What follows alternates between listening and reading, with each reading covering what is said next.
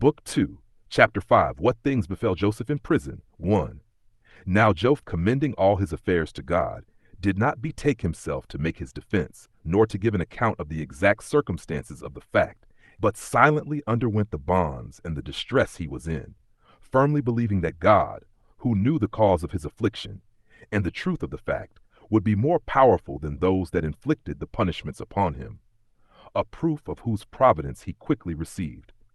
For the keeper of the prison, taking notice of his care and fidelity in the affairs he had set him about, and the dignity of his countenance, relaxed his bonds, and thereby made his heavy calamity lighter and more supportable to him.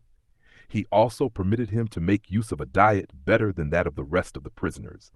Now, as his fellow prisoners, when their hard labors were over, fell to discoursing one among another, as is usual in such as are equal sufferers, and to inquire one of another what were the occasions of their being condemned to a prison, among them the king's cupbearer, and one that had been respected by him was put in bonds upon the king's anger at him.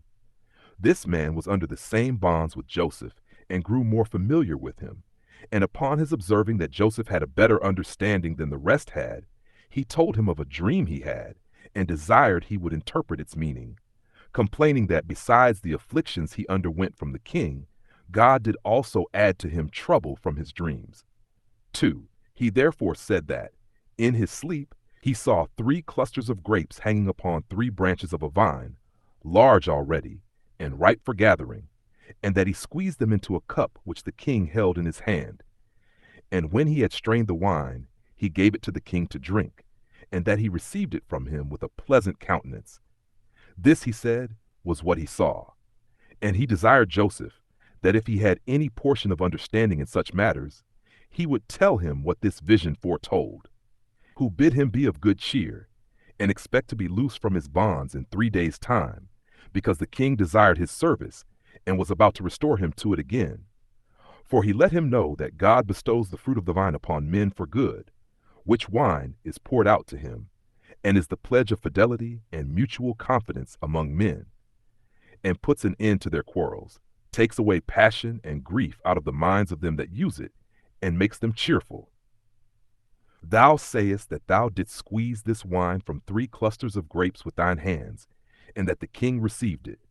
Know therefore that this vision is for thy good, and foretells a release from thy present distress within the same number of days as the branches had whence thou gatheredst thy grapes in thy sleep. However, remember what prosperity I have foretold thee, when thou hast found it true by experience, and when thou art in authority, do not overlook us in this prison, wherein thou wilt leave us when thou art gone to the place we have foretold, for we are not in prison for any crime, but for the sake of our virtue and sobriety are we condemned to suffer the penalty of malefactors, and because we are not willing to injure him that has thus distressed us, though it were for our own pleasure. The cupbearer, therefore, as was natural to do, rejoiced to hear such an interpretation of his dream, and waited the completion of what had been thus shown him beforehand. 3. But another servant there was of the king, who had been chief baker, and was now bound in prison with the cupbearer. He also was in good hope upon Joseph's interpretation of the other's vision, for he had seen a dream also. So he desired that Joseph would tell him what the visions he had seen the night before might mean. They were these that follow. Methought, says he, I carried 3 baskets upon my head. 2 were full of loaves, and the third full of sweetmeats and other eatables, such as are prepared for kings. But that the fowls came flying, and eat them all up, and had no regard to my attempt to drive them away. And he expected a prediction like to that of the cupbearer. But Joseph, considering and reasoning about the dream, said to him that he would willingly be an interpreter of good events to him, and not of such as his dream denounced to him. But he told him that he had only 3 days in all to live, for that the 3 baskets signify that, on the 3rd day, he should be crucified and devoured by fowls, while he was not able to help himself. Now both these dreams had the same several events that Joseph foretold they should have, and this to both the parties. For on the 3rd day before mentioned, when the king solemnized his birthday, he crucified the chief baker, but set the butler free from his bonds, and restored him to his former ministration. 4. But God freed Joseph from his confinement, after he had endured his bonds 2 years, and had received no assistance from the cupbearer, who did not remember what he had said to him formerly. And God contrived this method of deliverance for him. Pharaoh the king had seen, in his sleep the same evening, 2 visions, and after them had the interpretations of them both given him. He had forgotten the latter, but retained the dreams themselves.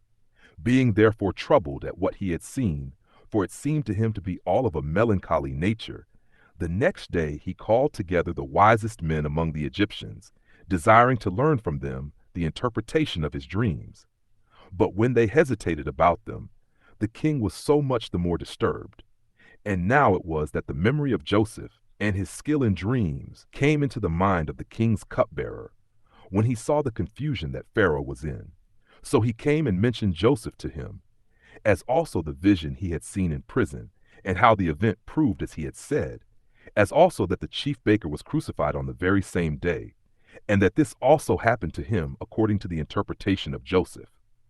That Joseph himself was laid in bonds by Potiphar, who was his head cook, as a slave. But he said he was one of the noblest of the stock of the Hebrews, and said further, his father lived in great splendor. If therefore thou wilt send for him, and not despise him on the score of his misfortunes, thou wilt learn what thy dreams signify. So the king commanded that they should bring Joseph into his presence, and those who received the command came and brought him with them, having taken care of his habit, that it might be decent, as the king had enjoined them to do. 5. But the king took him by the hand, and, O young man, says he, for my servant bears witness that thou art at present the best and most skillful person I can consult with. Vouchsafe me the same favors which thou bestowest on this servant of mine, and tell me what events they are which the visions of my dreams foreshow. And I desire thee to suppress nothing out of fear, nor to flatter me with lying words, or with what may please me, although the truth should be of a melancholy nature.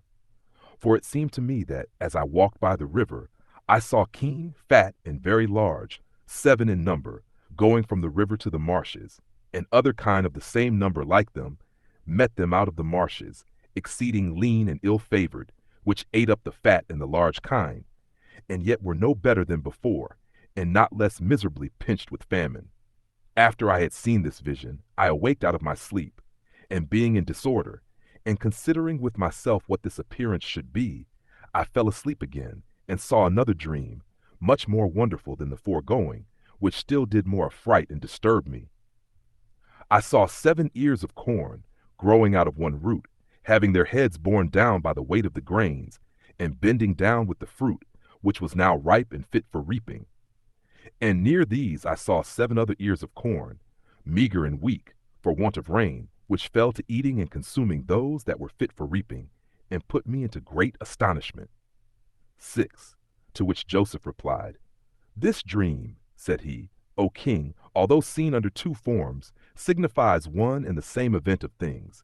For when thou sawest the fat kine, which is an animal made for the plow and for labor, devoured by the worser kine, and the ears of corn eaten up by the smaller ears, they foretell a famine and want of the fruits of the earth for the same number of years, and equal with those when Egypt was in a happy state, and this so far, that the plenty of these years will be spent in the same number of years of scarcity, and that scarcity of necessary provisions will be very difficult to be corrected, as a sign whereof the ill-favored kine, when they had devoured the better sort, could not be satisfied.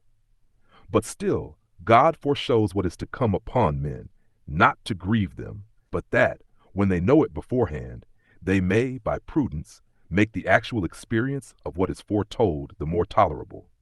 If thou, therefore, carefully dispose of the plentiful crops which will come in the former years, thou wilt procure that the future calamity will not be felt by the Egyptians.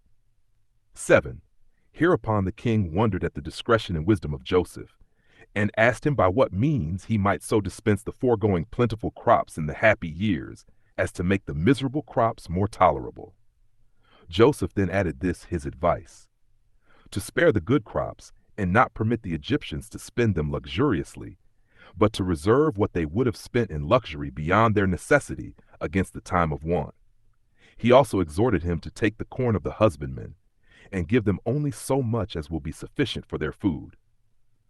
Accordingly, Pharaoh, being surprised at Joseph, not only for his interpretation of the dream, but for the counsel he had given him, entrusted him with dispensing the corn, with power to do what he thought would be for the benefit of the people of Egypt and for the benefit of the king, as believing that he who first discovered this method of acting would prove the best overseer of it.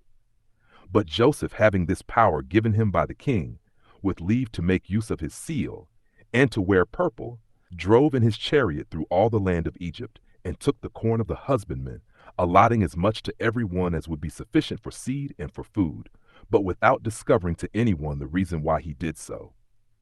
End of chapter 5. Please continue to chapter 6,